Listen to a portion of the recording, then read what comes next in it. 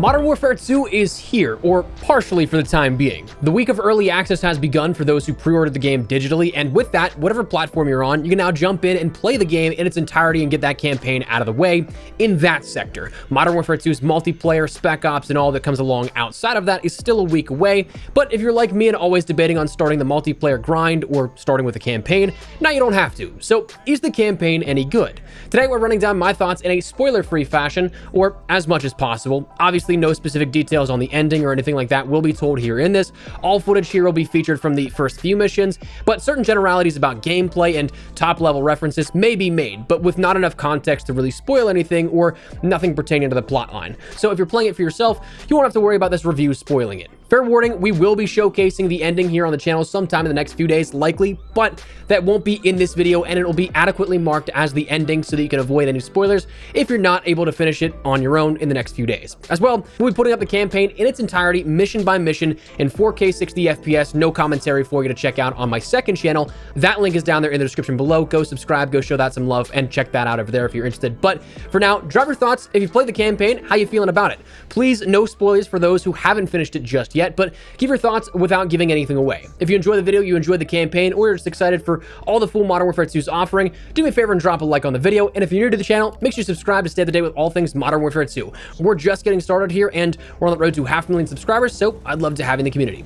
Finally, check out my friends at G Fuel. Code Espresso bumped it to 30% off. Link below if you're interested. But let's talk about the campaign. First and foremost, should you play the campaign? Absolutely. I said it on Twitter, I'll say it again, no context, no spoilers, just play the campaign. It was a hell of a ride narratively, gameplay loop-wise and all. Not only if you're interested in the story, but it also introduces gameplay mechanics we're likely going to see again soon, but let's break those down. I'm feeling a little bit amped up here after completing it, so we're going to start out with the positives on this first.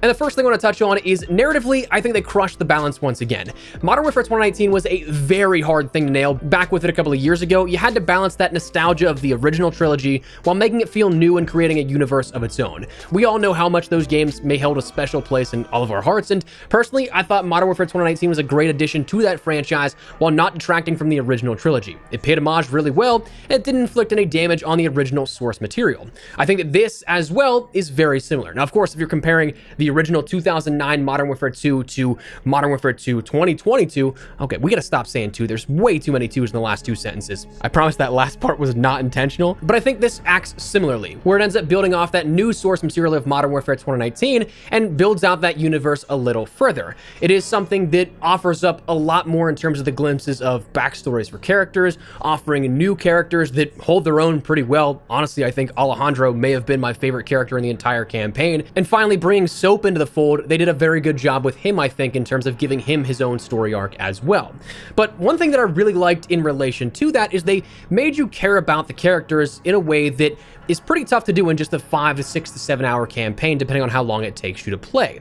Now, admittedly, whenever I heard that Taylor Kurosaki as well as Jacob Minkoff were leaving as the lead writers to start what I think their studio is called That's No Moon, I was a little curious on how the narrative may have shifted, but it seems like the writing staff that they had, Jeffrey Negus, Brian Bloom, and co., I think they did a great job of continuing that theme, that sort of gritty nature of Modern Warfare 2019's campaign, and then brought it forward here while offering its own unique twist, while also offering multiple different plot lines going on at once. But again, coming back to it, they made you care about those characters. There were a ton of quips back and forth and a lot more dialogue, I think, this year between the characters as we played along, and it gave more life to those characters. Relatable pieces that, again, made you enjoy what they were saying. Now, also, in terms of dialogue, there was plenty of callbacks and one-liners. I'll let you experience those for yourself, but that's definitely something you can look forward to here at this. Gameplay related, talking about that aspect of the campaign, graphically, in terms of that graphical fidelity, chef's kiss on that. Playing this at 4K was great. It was an absolute treat, maxing out everything in terms of quality.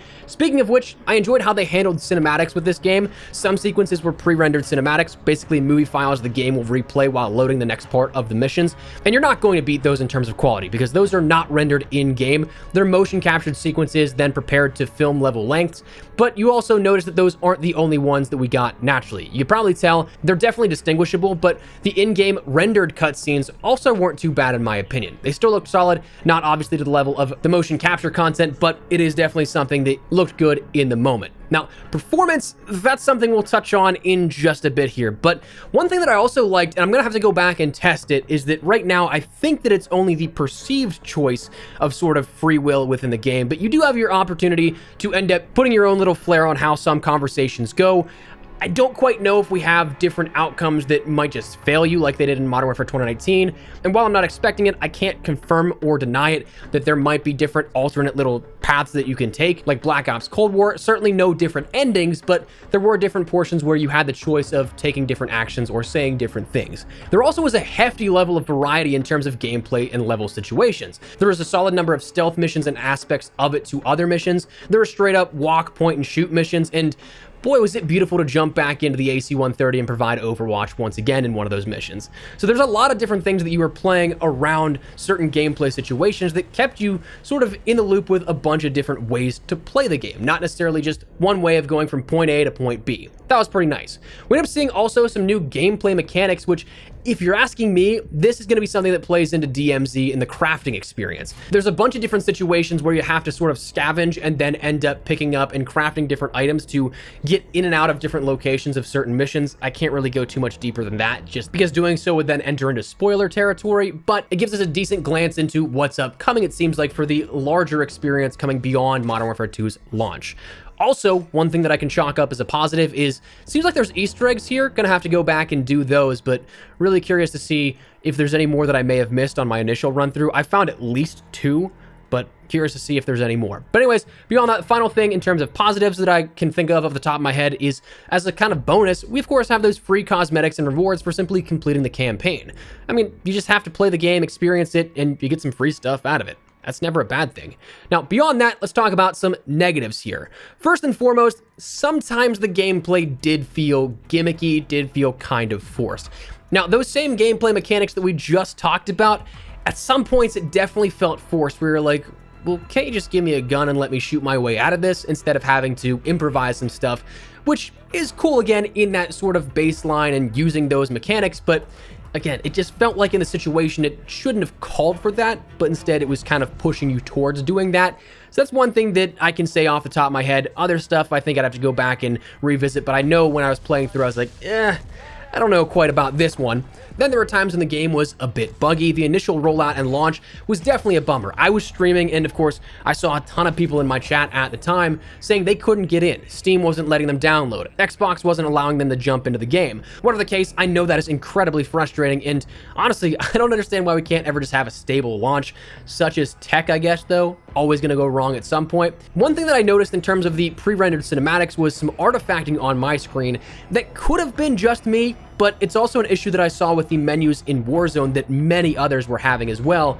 So it kind of makes me believe others may have that issue also. I saw an NPC walk right through a wall. Not a big deal, kind of funny to me though, but indicates that buggy nature of it at some points. Some spawns after checkpoints were absolutely suboptimal to say the least. I kept spawning where I was completely cornered by enemies and I only broke out and progressed through the story because I got lucky and was sprinting for the next checkpoint. So I don't know if I did anything right or wrong, but I mean, that's something that I would consider as buggy as well.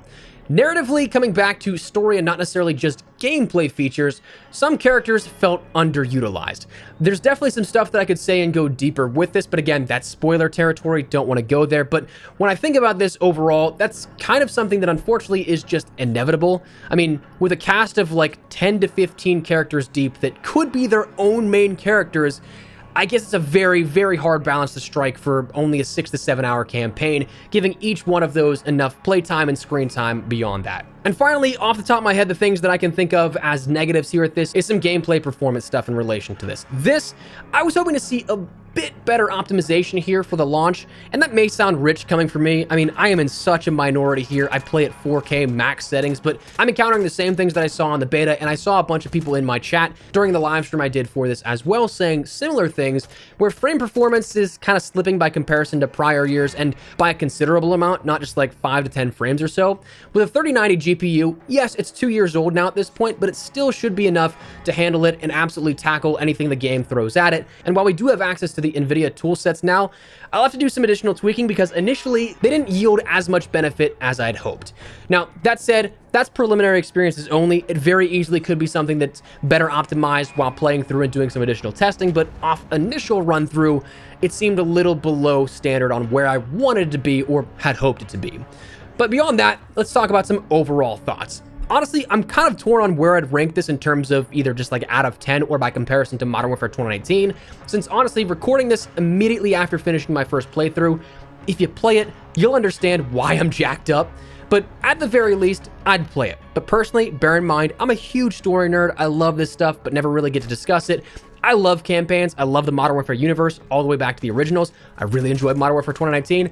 I really enjoyed this game too. If you disagree, you feel differently, absolutely, that is totally cool. But for me personally, what I expected and what I anticipated absolutely was in line, and also I think exceeded some of my expectations in a lot of areas. So I quite enjoyed this. Narratively, it's tough to say which I enjoyed more, this or Modern Warfare 2019.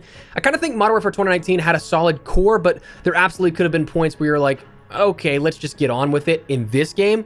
But I guess honestly, like looking back at it, you could probably say the same. There may have been a mission or two that you're just like, all right, can we skip this back in 2019? But again, no spoilers. I think that the payoff for this game, definitely better. But that said, I'd never give a 10 out of 10 score. That means literally perfect in my mind. And as we detailed, I don't think it was. While I've really enjoyed it, I definitely think there are points that we described that could have been a little bit better, but I'd say solid 8 out of 10. If I'm feeling negative, 7 out of 10. But I really liked this one personally. Again, if you did not, that's totally cool. More power to you.